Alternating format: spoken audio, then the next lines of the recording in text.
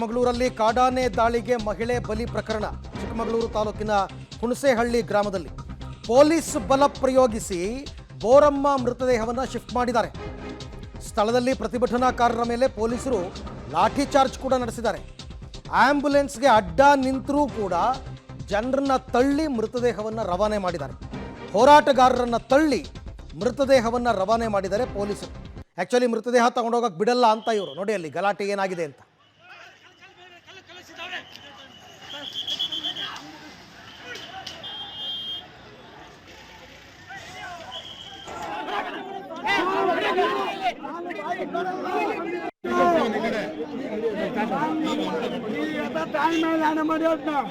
ನಿಮ್ಮೇಲೆ complaint ಕೊಡು, ನಮ್ಮ ಪಕ್ಕ ತೋರಿಸಲ್ಲ, ತಿರುಗಿ ದೇಶಕ್ಕೆ ನಾನು ಇಳಿಯಲ್ಲ. ಹೌದಾ?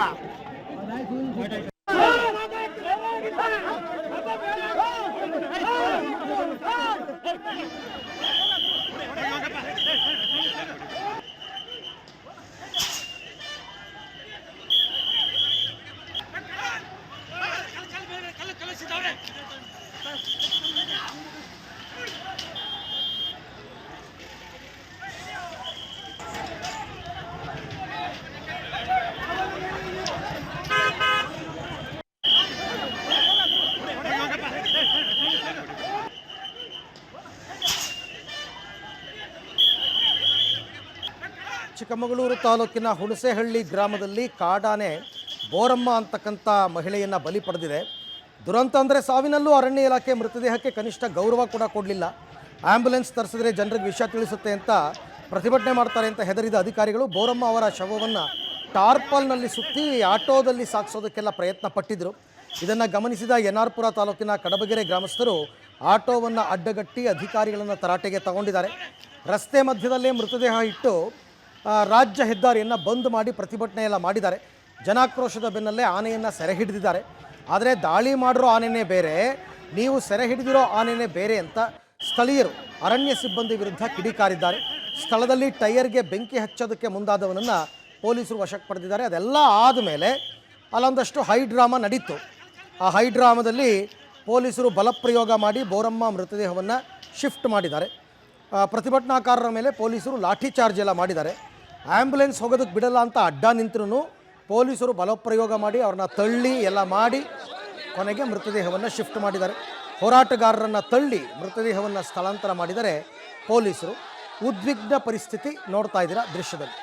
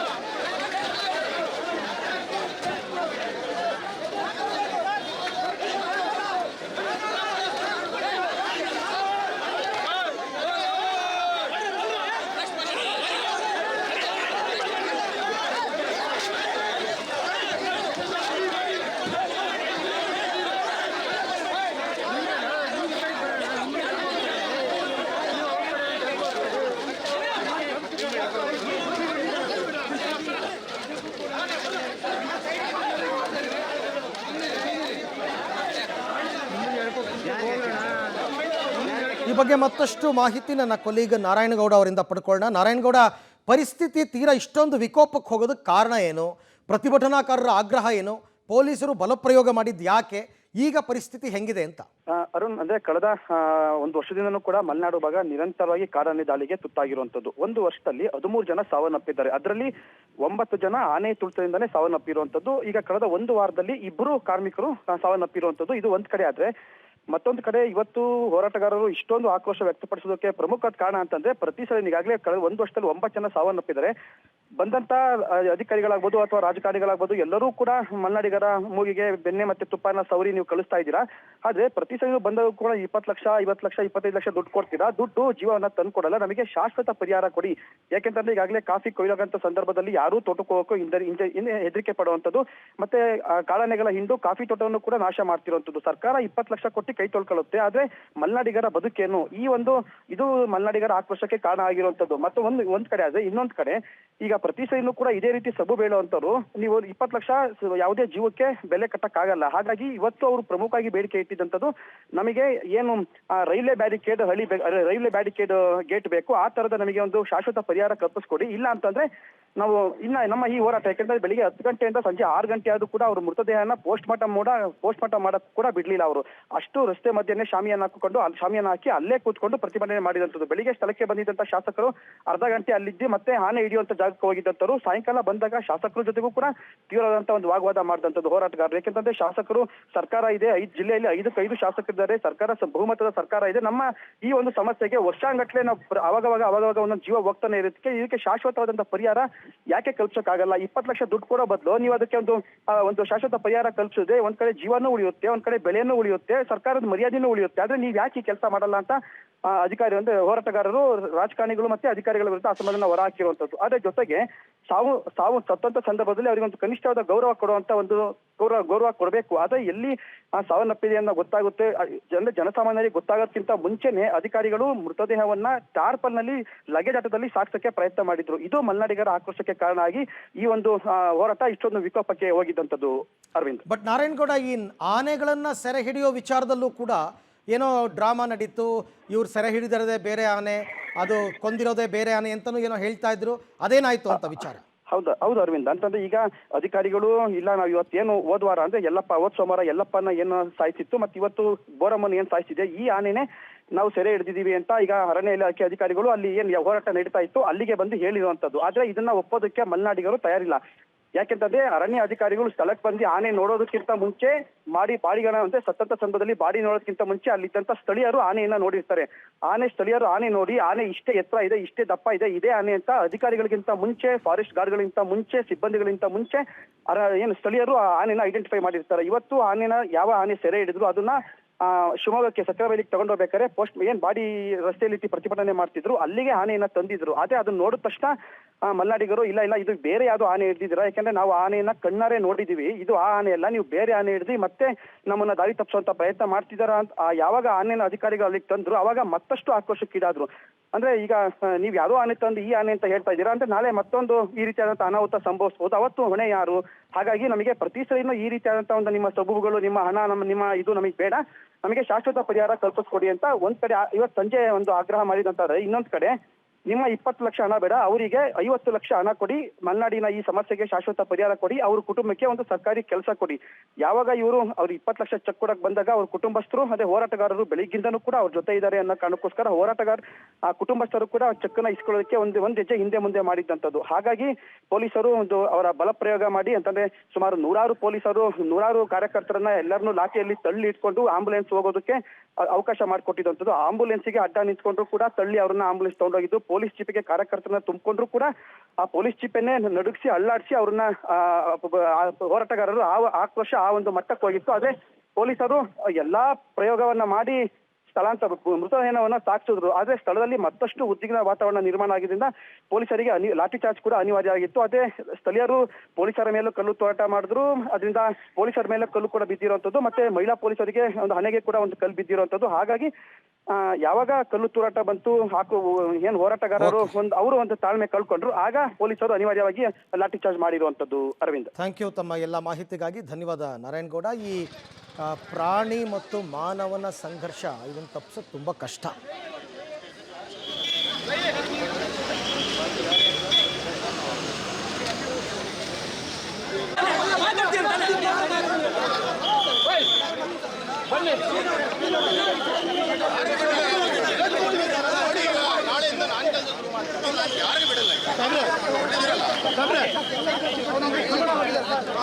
ನೋಡಿ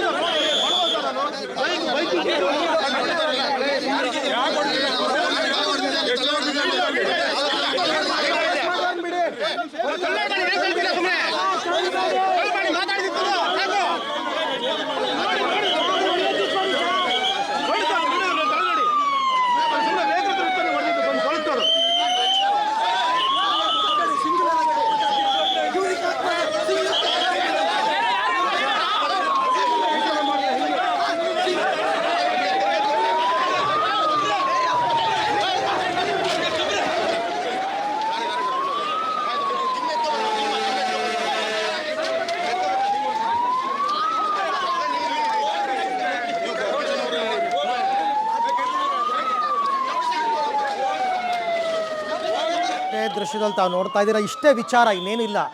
ಇದು ವನ್ಯಜೀವಿ ಮಾನವನ ಸಂಘರ್ಷ. ಅವ್ರಿಗೂ ಕೂಡ ಇದನ್ನು ನೋಡಿ ನೋಡಿ ನೋಡಿ ಆ ಭಾಗದ ಜನರಿಗೆ ಸಾಕಾಗಿದೆ. ಪ್ರತಿ ಸರ್ತಿ ಆನೆ ದಾಳಿಯಿಂದ ವ್ಯಕ್ತಿಗಳು ಮೃತಪಟ್ಟರೆ ಸರ್ಕಾರ 20 ಲಕ್ಷ ಪರಿಹಾರ ಕೊಡುತ್ತೆ, ಕೈ ತೊಳ್ಕೊಳುತ್ತೆ. ಬಟ್ ಯಾರ ಜೀವ ಯಾವಾಗ ಹೋಗುತ್ತೆ ಹೇಳೋಕ್ಕಾಗಲ್ಲ. ಹಾಗಾಗಿ ಒಂದು ಶಾಶ್ವತ ಪರಿಹಾರವನ್ನು ಕಲ್ಪಿಸ್ಕೊಡಿ ಅನ್ನೋದು ಅವ್ರ ಆಗ್ರಹ. ಮತ್ತು ಮೃತದೇಹಕ್ಕೆ ಇವರೇನೋ ಸರಿಯಾಗಿ ಗೌರವ ಕೊಡಲಿಲ್ಲ ಅಂತ ಮಾಜಿ ಶಾಸಕ ಜೀವರಾಜ್ ಅವರೆಲ್ಲರೂ ಕೂಡ ಇದ್ದಾರೆ. ಗಲಾಟೆ ಆಗಿದೆ, ಬಟ್ ಶಾಸಕರು ಕೂಡ ಸರಿಯಾಗಿ ರೆಸ್ಪಾಂಡ್ ಮಾಡಿಲ್ಲ. ಬಂದು ಒಂದು ಅರ್ಧ ಗಂಟೆ ಇದ್ದು ಹೋಗಿದ್ದಾರೆ. ಹಾಗಾಗಿ ಅವರ ಆಕ್ರೋಶ ಕಟ್ಟೆ ಒಡೆದು ಈಗ ಇವತ್ತೊಂದು ದಿನ ಈ ಪರಿಸ್ಥಿತಿ ಆಗಿದೆ.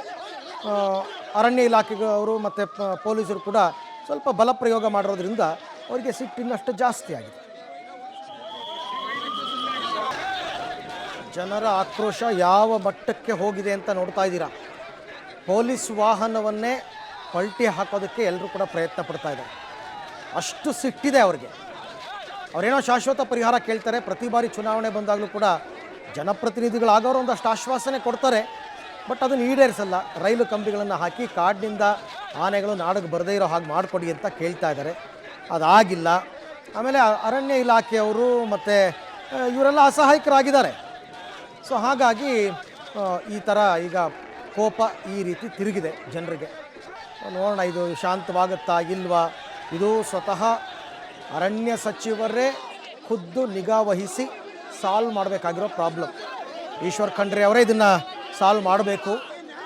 ಆಗುತ್ತಾ ಇಲ್ವಾ ಅಂತ ನೋಡೋಣ. ಆ್ಯಂಬುಲೆನ್ಸನ್ನು ಹೋಗೋಕ್ಕೆ ಬಿಡಲ್ಲ ಅಂತ ಜನ, ಆದರೆ ಪೊಲೀಸ್ನವರು ತುಂಬ ಜಾಸ್ತಿ ಸಂಖ್ಯೆನೆಲ್ಲ ಇದ್ದಾರೆ. ಪೊಲೀಸರು ಆ ಕಡೆ ಈ ಕಡೆ